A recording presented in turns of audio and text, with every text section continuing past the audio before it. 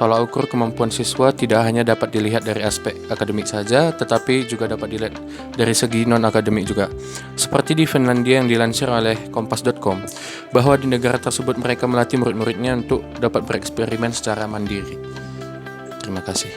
Sistem pelaksanaan UN harus diubah. Jika tujuan UN untuk melihat mutu pendidikan, maka UN tidak perlu menjadi penentu kelulusan bagi siswa. Cukuplah hasil UN menjadi domain kebutuhan pemerintah untuk secara jujur mengakui kemampuan setiap sekolah. Fungsi UN hanya sebatas bahan evaluasi bagi pemerintah untuk melakukan perbaikan sekaligus peningkatan kualitas pembelajaran di sekolah. Oleh karena itu, sistem UN harus diubah karena jati diri seorang siswa tidak saat pada ujian nasional. Seperti yang kita ketahui bahwa pelaksanaan ujian nasional tidak menjadi tolak ukur kemampuan seorang siswa. Nyatanya, kebanyakan siswa tidak mempersiapkan jauh-jauh hari, namun mempersiapkan dekat hari sebelum ujian nasional yang sering disebut dengan kebut malam.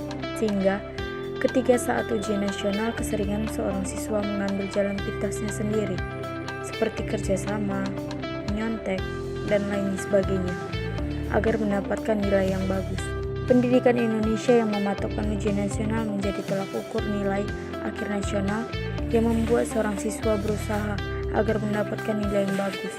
Padahal, nilai itu hanyalah tulisan. Yang diperlukan adalah bagaimana seorang siswa mengerti dan memahami setiap pembelajaran dan mempraktikkan di dunia pekerjaan. Atau membuka pikiran siswa agar berkreasi sesuai kemampuannya. Karena setiap manusia berbeda-beda, tidak semua bisa diukur dari kepintaran dalam pendidikannya, melainkan setiap manusia mempunyai skill yang menonjol yang ada dalam dirinya, yang bisa dikembangkannya. Tetaplah semangat, jangan pernah putus asa. Salam dari saya, Nita Gresha.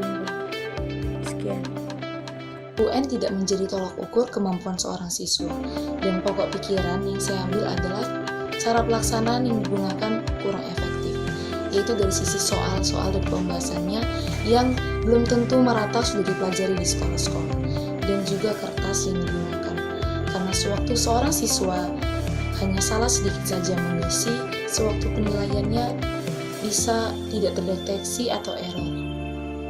Begitu menurut saya. Terima kasih.